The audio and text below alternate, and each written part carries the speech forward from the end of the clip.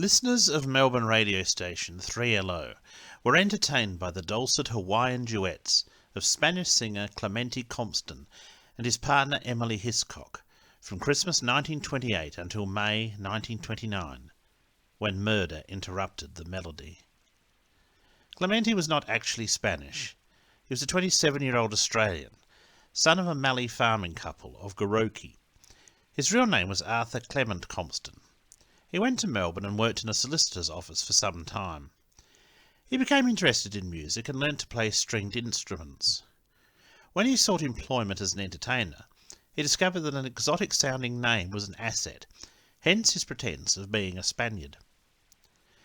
It is believed that Clemente had been involved in an assault in 1928.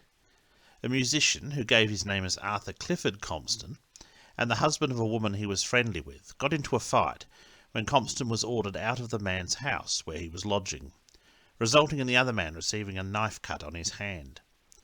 Compston was given a 2-year good behaviour bond at Richmond Court on the 28th of October 1928.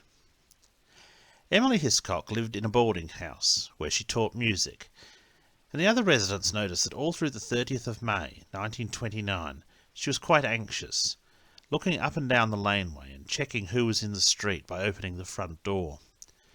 She was described as a quiet and respectable woman by those who knew her. The pair had performed for their radio audience as the Kauais on the night of the 30th of May 1929, with Clemente playing steel guitar. The performers both lived in George Street, Fitzroy, a few doors from each other.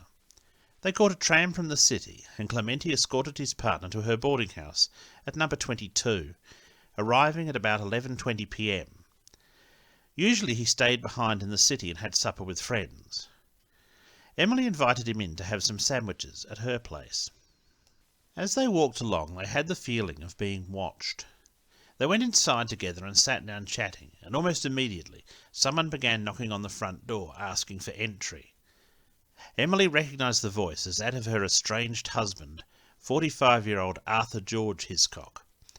He had heard the performance over the radio while listening with his stepfather John O'Connor at Peel Street, North Melbourne, just before 10 p.m, and thought it might be his wife playing, and went to find her.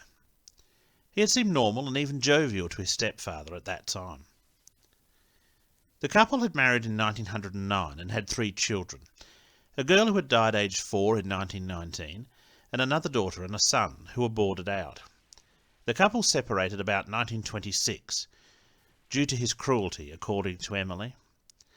Arthur had operated a hairdresser's shop in Seymour, which he sold the week before, and had gone to live with his mother in North Melbourne.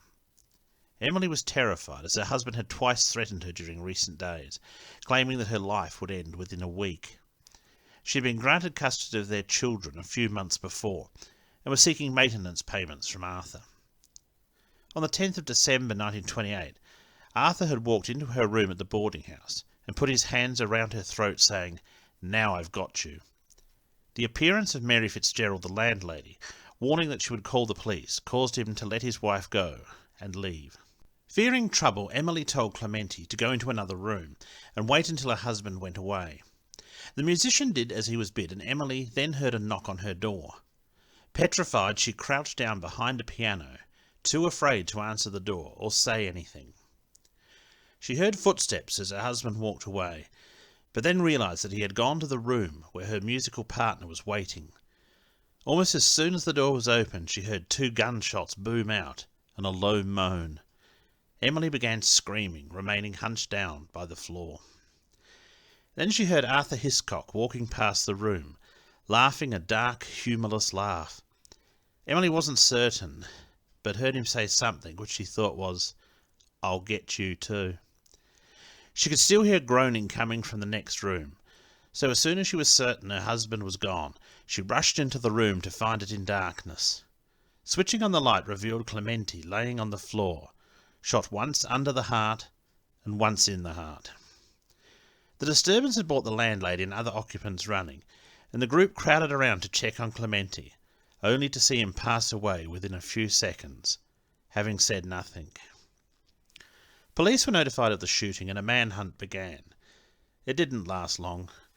Arthur Hiscock had gone to a laneway called Portland Place off Russell Street, Melbourne, behind King's Theatre, and just across the road from radio station 3LO.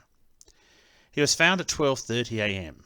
In his bank passbook he wrote, "I shot a man in the front room of a house in George Street. He was there with my wife. I saw him through the window."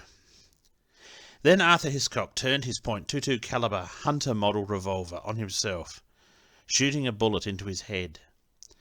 Police found him and the gun with its 12-inch long barrel and 4 live and 3 spent cartridges in it beside him. He was taken away to Melbourne Hospital in a critical condition. 12 hours later he succumbed to the wound at 11:40 a.m, almost 12 hours to the minute since he had taken the life of Clementi Compston. An inquest formally found that Arthur George Hiscock had murdered Arthur Compston and then committed suicide. It was presumed that jealousy was the motive for the act. Clementi was buried at Fawkner Cemetery. Emily's son Ivan followed his mother's interest in music and played saxophone in an Australian Army band during World War II, alongside fellow soldier and soon-to-be Australian musical legend Private Smokey Dawson. Ivan married in 1948 but died the same year, aged 27. Emily reverted to her maiden name of Holsall and passed away aged 62 in St Kilda in 1950. Radio station 3LO, which commenced in 1924, still operates as part of the Australian Broadcasting Corporation today.